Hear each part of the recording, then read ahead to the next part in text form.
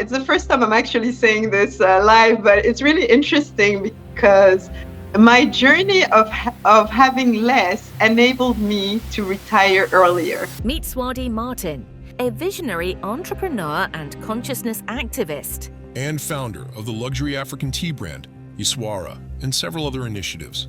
She talks about her journey as an entrepreneur and activist, and her dedication to elevating Africa's global standing. I have never looked for growth in my business.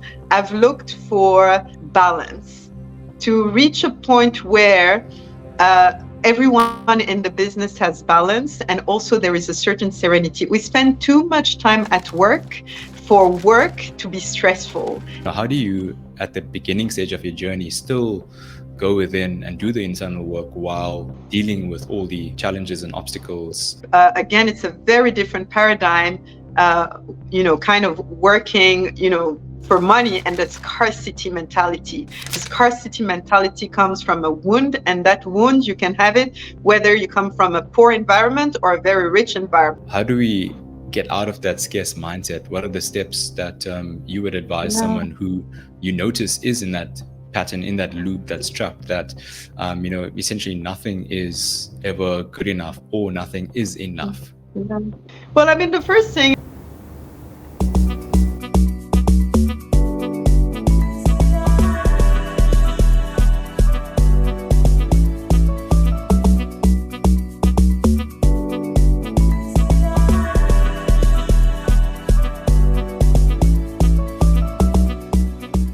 you wear many hats, being an entrepreneur, being an author, being an activist. Which hat do you wear that makes you feel the most fulfilled?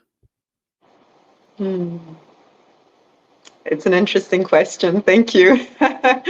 Well, I mean, I like the expression of myself into those various passions, gifts, avenues, and I feel like sometimes we try to box ourselves into one thing, and it just limits the possibilities of expression and self-actualization. So I really, really try not to be identified by what I do, and to really embody fully, I would say, everything, all the callings of my soul.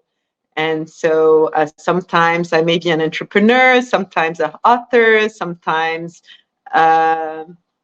teacher, spiritual director, student, and sometimes all at the same time. And sometimes I'm something new that I didn't know I was.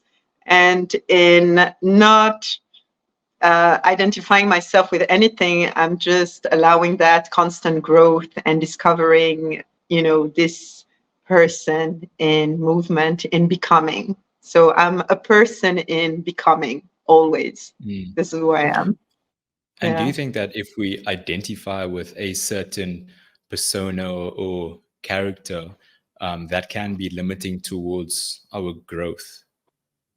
Yeah, I do believe, definitely, because I think we become so stuck into an image, and we become dependent on that image. And the moment we're challenged, we don't know how to let go, because we are a certain person. I am a person who does that. I am a person who says that. I am a person who is this, who is that.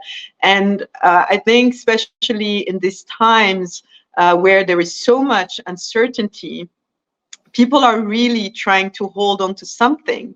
And this is also what we see with the polarization of the world, the increase of identity politics. People are trying to hold on to something that they feel is secure. And sometimes holding on to an identity can feel secure.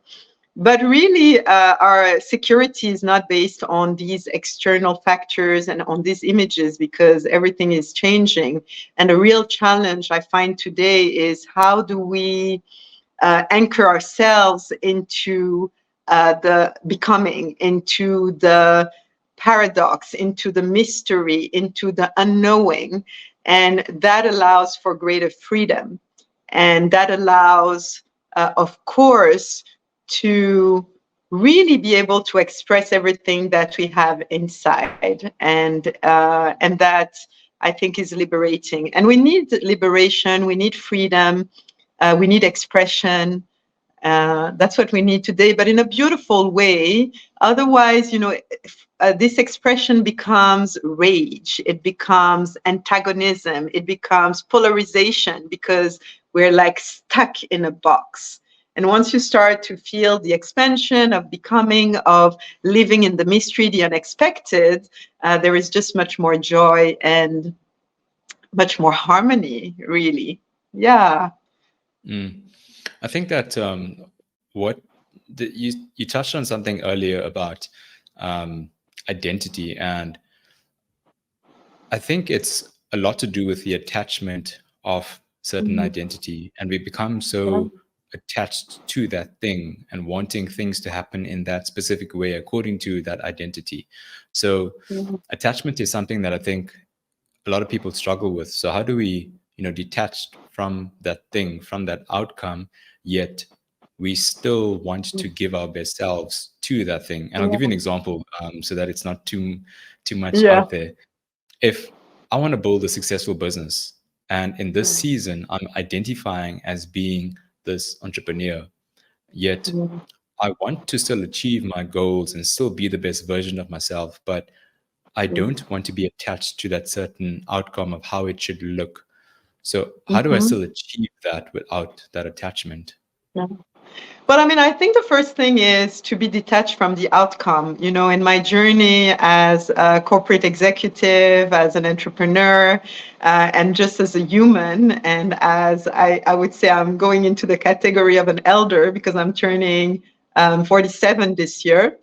And so you go through the different phases of life, and I think the attachment of the outcome is the recipe for stress, disappointment, anxiety, and so on. And so I feel that we need a little bit more levity when it comes to life. We become so serious about these goals because we've been, again, indoctrinated into images of success, images of what it should be. One of the greatest lessons, actually, a mentor of mine when I was an entrepreneur gave me, and he said, Swaady, life is cyclical.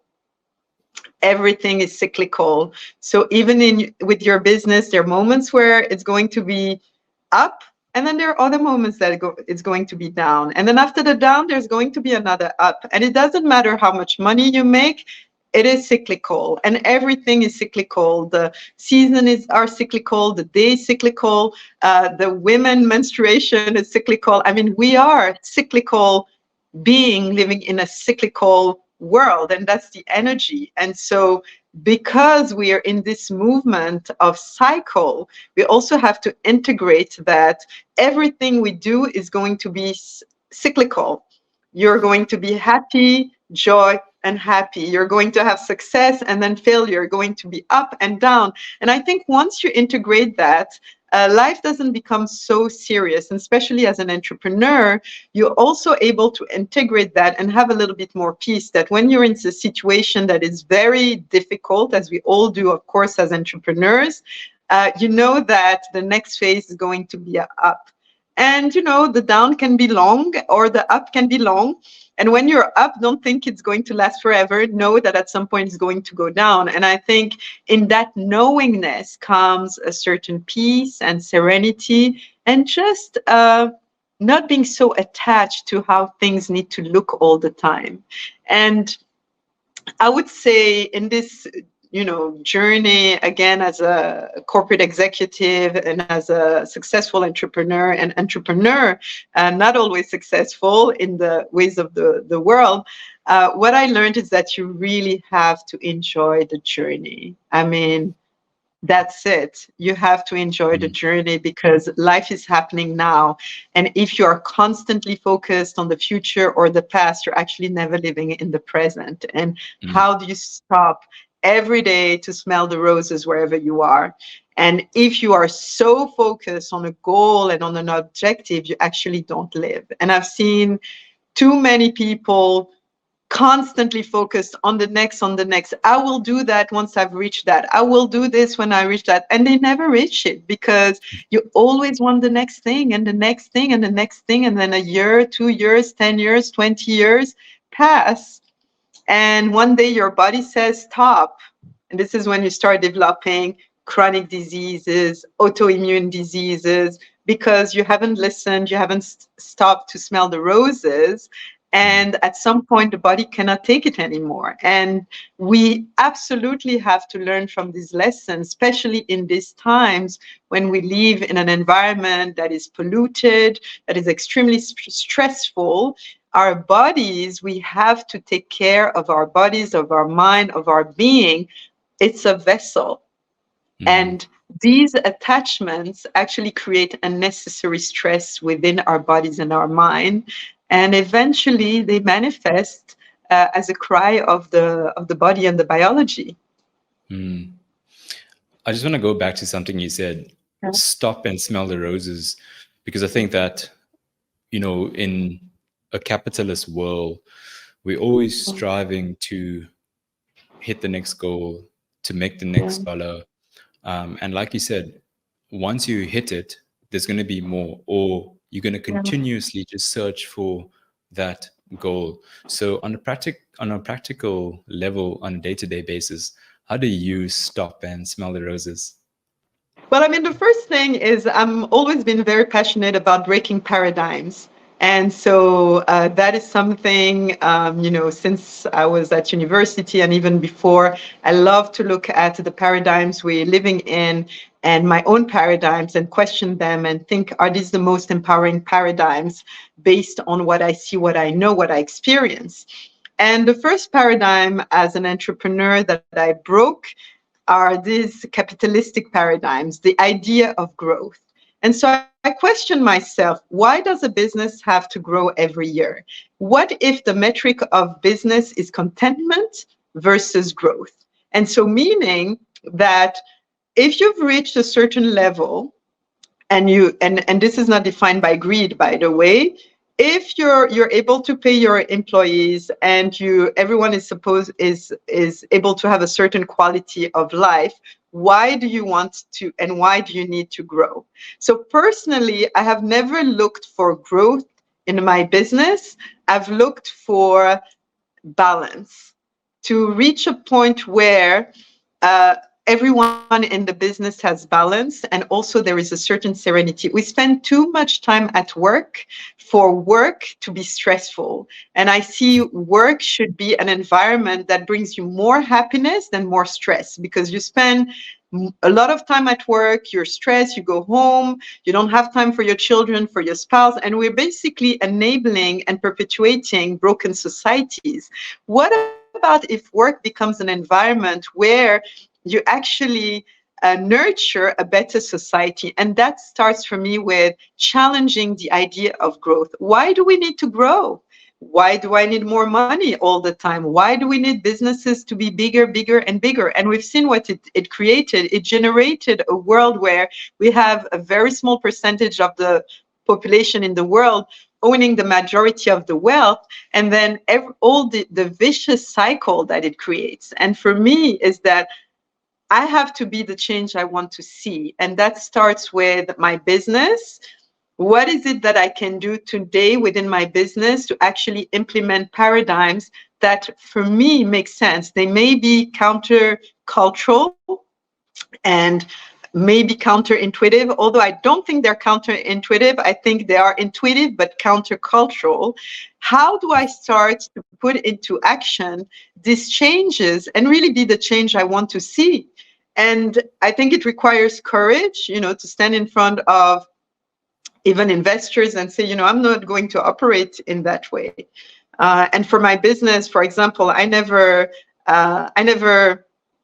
had investors except at the beginning, and eventually I bought everyone out because I really wanted to operate my business in the way that makes sense for me, which meant why would I put money into the marketing budget, all that money into marketing, when I can see that a majority of my people at the factory after the first week of the month don't have food. And so, for example, one of the things we did in my factory is that we built a food garden and invested into food. So after when the I would say the people who were working in the factory had finished their salaries, because of course they have, spending, like most of us in life, has become so expensive, that they still are able to eat, and also eat better food. Because I also observed that because they didn't have a lot of money, they would buy a big bottle of Coca-Cola and some white bread, and that would be their lunch.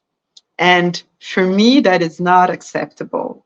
And so where do we challenge the money? How do we use the money that we have in the business? So maybe my business is not on every billboard, but at the end, what is happening inside of the business, I know that I'm creating a better society, and I'm nurturing more joy, fulfillment, health. And so these are some of the paradigms. And my invitation for all of us, because change has to happen at the micro level, where we can't wait for the macro to change. How are we making those changes and break ourselves free from the expectation of society?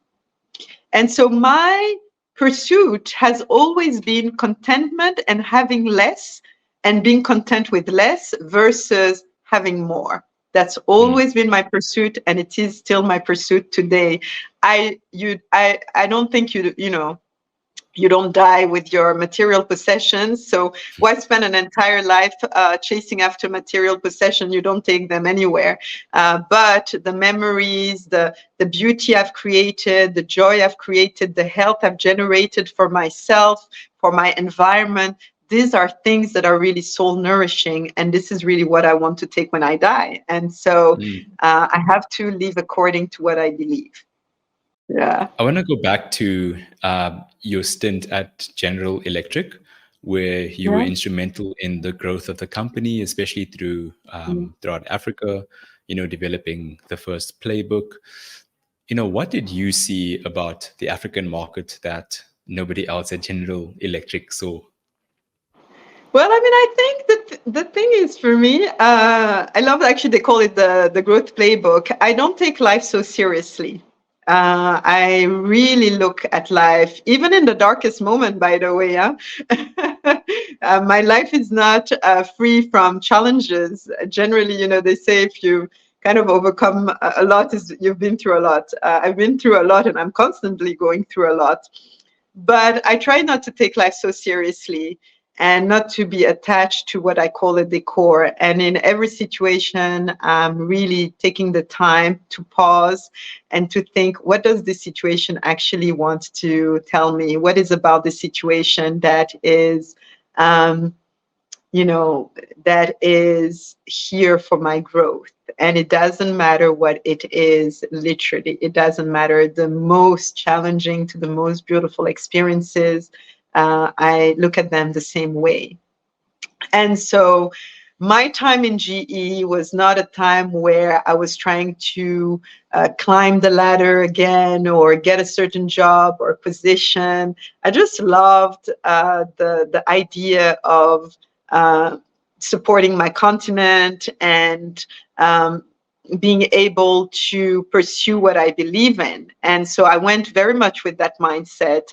And I'm really, I have to say, uncompromising about my ideas. And at the time, it was a long time ago. Of course, the Africa has changed today, but at the time, Africa didn't have so much infrastructure. We used to inherit all of the old and decayed products from the West. Once they were unusable, they would be shipped to Africa, and you saw these really old cars, old machines, everything old, and we didn't have the latest technology.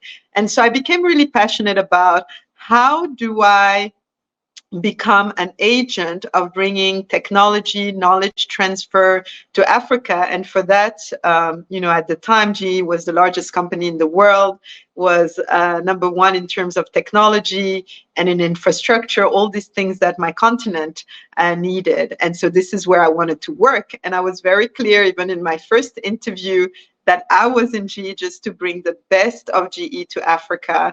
And that's what was, what was important for me, and I was ready to lose a job to make people unhappy. But I'm very, very, very loyal to my passions, commitments, and ideas for change. And I'm not scared of standing for them.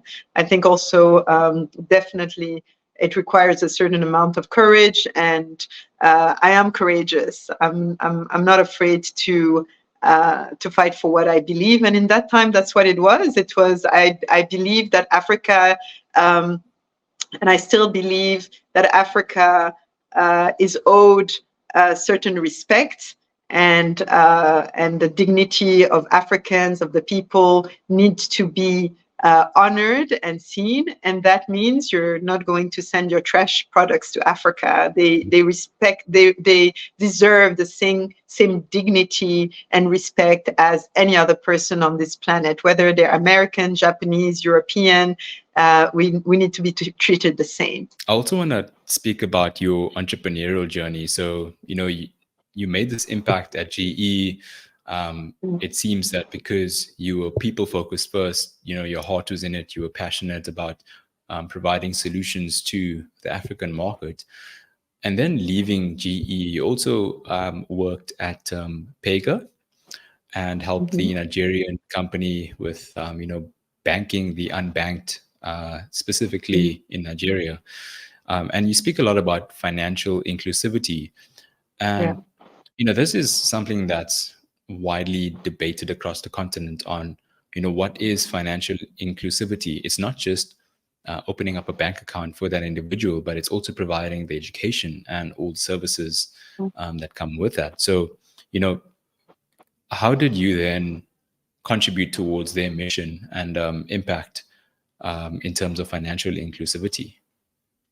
Well, I mean, the first thing I have to say is the world has changed. And so what I believed and was true in those times, that it was already 14 years ago, I don't think this is true today. And so people are looking at ways to be more sustainable by themselves, meaning, we're talking about jobs. Why do we want to work? Why do we need jobs? We have a big unemployment issue in Africa, and especially with the youth, with the large population of youth. So you will tell me we need jobs because we need housing, we need food, we need healthcare. What else do we need? So we need shelter, food, healthcare, and education, right? So this would be, I would say, the basic needs we need. So what about if instead of, first of all, most people work and are not able to have proper shelter, don't eat well if they can eat, are unhealthy, and generally don't have good education. And these are people who are working 10, 15, sometimes 20 hours a day, barely sleeping, and still not able to create a life. This is the reality today for the majority of the world, wherever you go, whether you're in Asia, in Africa, in South America, in parts of North America, and even in parts of Europe. This is the reality of the world. And so the paradigm, again, is that work will enable you to live. But we're observing that this paradigm doesn't work anymore. It may have been true at some point, but in today's world, it doesn't work. So we need a different paradigm. So what about if we go back to what the community has to offer? So if you're thinking about food, what about if in our neighborhoods, in our townships, even in any neighborhoods, we start cultivating our own food? Well, I mean, if you start cultivating your own food, you don't need to buy food to go to the supermarket. The earth is actually incredibly generous, and you will be amazed what I've seen all around the world with very small portion of land, how much is provided, and it's miraculous. And of course, there are places that are more challenging than others. So we're not going to talk about the exceptions, but we start to grow our own food, and in certain regions we can regenerate the land so the land can start to produce. Once you eat better food, you also find that food is your medicine, and people are starting to be healthier. We also have indigenous practices. Actually, people in a lot of places, certainly in my country in Ivory Coast, healthcare is so expensive that most people go to the indigenous healers. It would be great if we could, as a matter of fact, it's at a governmental level, we could start to organize these industries like you have in India with the Ayurveda, or in China with the Chinese medicine, or even in Tibet, they have the Tibetan medicine. I mean, in different places in the world, some of these medicinal systems are properly organized and they're much cheaper. We have this in Africa. We need to go back to these roots. And then in terms of even shelter and different things that we need, like even if you need clothes, we have all these capabilities within the community. What is it if we start to now barter and exchange? We need to build, instead of having people to build something, well, what about if who in the community can support? And you start to find ways to exchange. And same for education. What does it serve you sometimes to learn all these things in books that are not going to be useful? Whereas if you look in the community, people have so much knowledge that is actually practical and necessary. We can start organizing ourselves differently again, instead of relying on something that is outside of ourselves. And so for me today, the development of Africa and for many parts of the world, I think has to go differently, especially where we are. We are so, I would say, we have such a long way to go that I think trying to follow the models of the West that have, by the way, failed, we can see it everywhere. Why would we follow failed models? And why don't we start to look within ourselves and start to develop other solutions, other ways of being? And this is also, by the way, what many people in the West are doing. You know, they're going and investigating indigenous traditions. They're going to South America, India, all these places to try to find solutions for the problems that they can't resolve. Definitely. And, speaking about self-sustaining communities and also the principle of design thinking, which is, put the customer, i.e. the community, at the center of what you are designing, which I think that has to happen in many African communities. And I mean, I'm here in South Africa and I'm speaking from a Southern African perspective, but, I've traveled to other African countries and it's completely different. So a solution that works here is different from what's needed back in Ethiopia or, North Africa. So I think that's another important point. It's how do we create solutions based on communities' requirements and needs, as opposed to just forcing the Western philosophy and way to on this continent.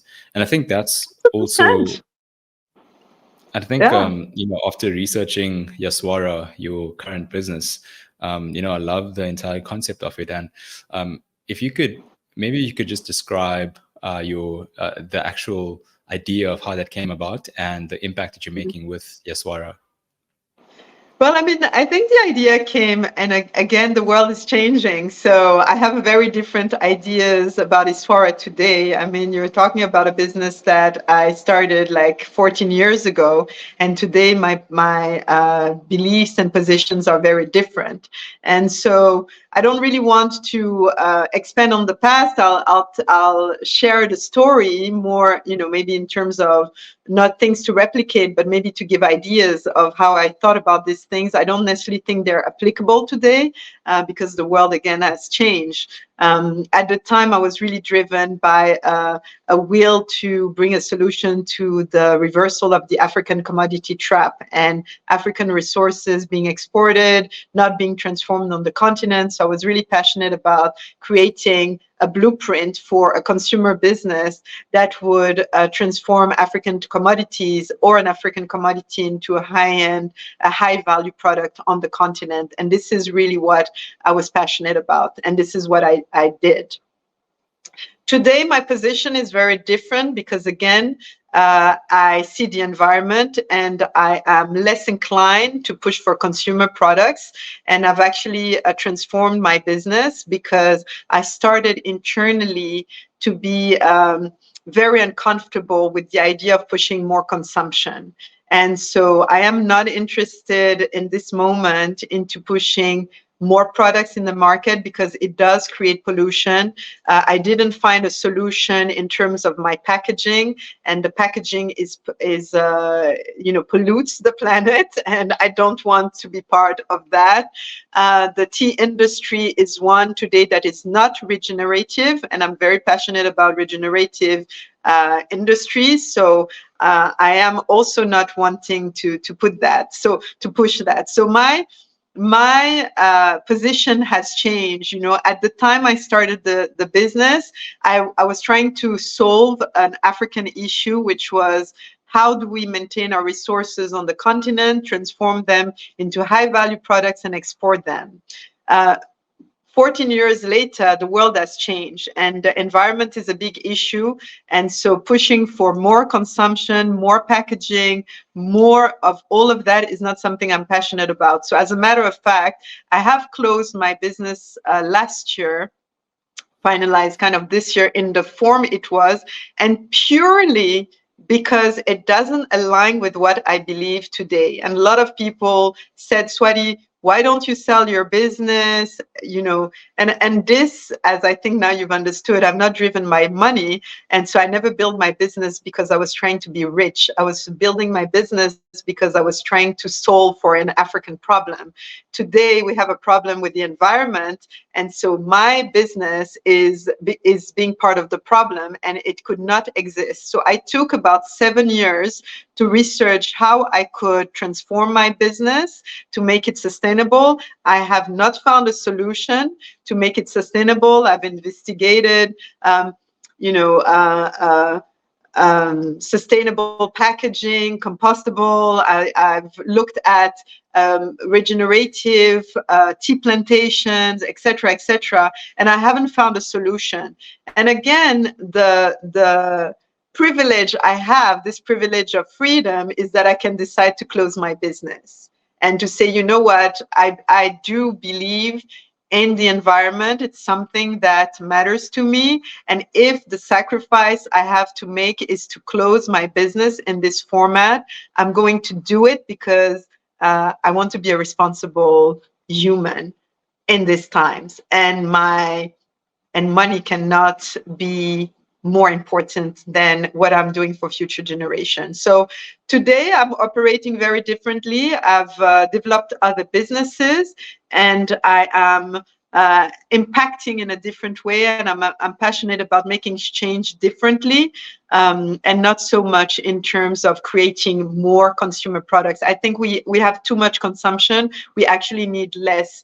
As you've understood from the beginning of this conversation, I'm a big advocate on a simple life. I'm a big advocate on reducing our needs, on consuming less, on going more back to nature, on just caring for our mama earth. Really, that's you can have as much money as you want, but if you're not able to breathe, what is it going to serve us?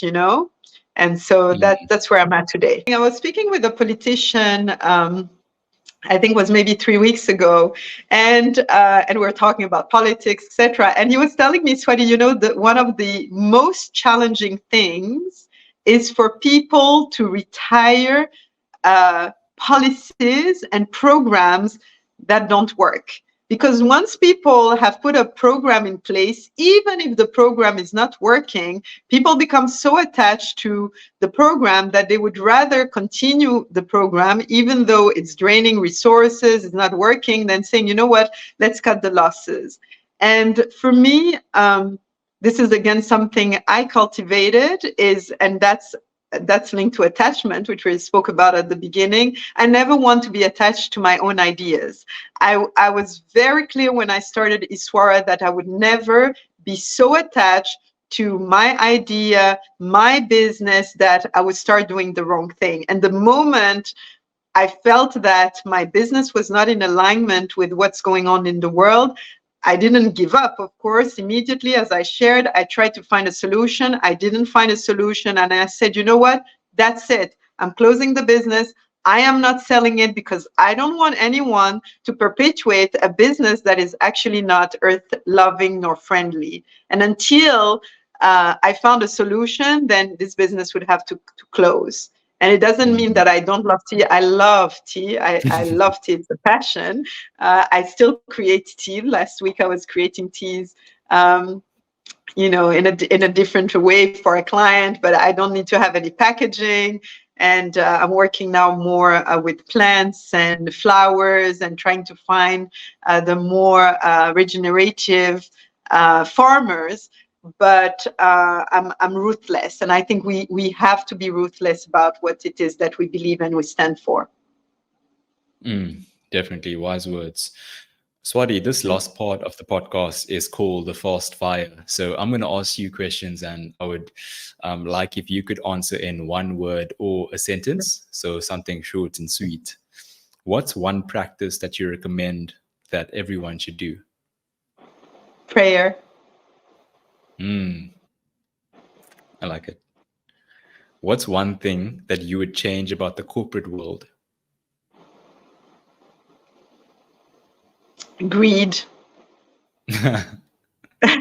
Less greed. That's what I mean. Definitely.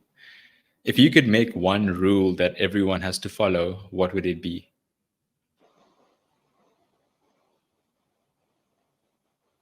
One rule that everyone has to follow. Ooh. You have the magic wand. Yeah, I think if I had a magic wand, I would want everyone for every situation to choose the more compassionate solution, and the more compassionate thought, the more compassionate action, the more compassionate. That's really what I would do, is the more compassionate of everything. Next steps. What's in the pipeline for Swaady in your journey? Oh, I am just starting a PhD in interreligious dialogue and diplomacy with a focus on counterterrorism and de-radicalization. So, yeah, I'm very excited about that. I am, the radicalization, polarization of the world is something that I think about every day. In West Africa, where I'm from, I see too many of our youth being enrolled in radical movements. I would love to see a better, more empowering, more beautiful future for more people. And so I found traveling the world that there is so much beauty and sacred wisdom. And I would love maybe to see how I can contribute again to create more interfaith harmony, more religious literacy, and just more peace. And so, yeah, right now I'm very immersed into studies. And while I'm doing that, I have one more year to go of spiritual direction. So I'm very interested in all these issues because I feel that we live in a world where people are very stressed. People are very lost, people are very wounded, and there is just a crisis of the soul. And I really don't want to approach this from a dogmatic view, and I don't have a solution necessarily, but I just want to see how I can, bring some relief and some hope and some options and some beauty in people's lives and inspire. So I think I'm very passionate about inspiring people to believe it's possible to have the most beautiful world our hearts know is possible. Yeah. Amazing. Thank you, Swaady. This was very insightful. You really are an example of someone who can truly find that inner fulfillment and joy from having very little, and proof that you don't need a lot to be happy and joyful, and it comes from within rather than on the outside. So thank you for being that example and for spreading your wisdom and providing such insight for us today. Thank you. Yeah. Thank you so much for having me on this, and bless everyone who's listening. to this podcast, and I hope you find your way to build the most beautiful world your heart knows it's possible. And that doesn't necessarily mean material things. Just look around. The happiest people are not necessarily the ones with the most. Definitely. Thank you. Thank you.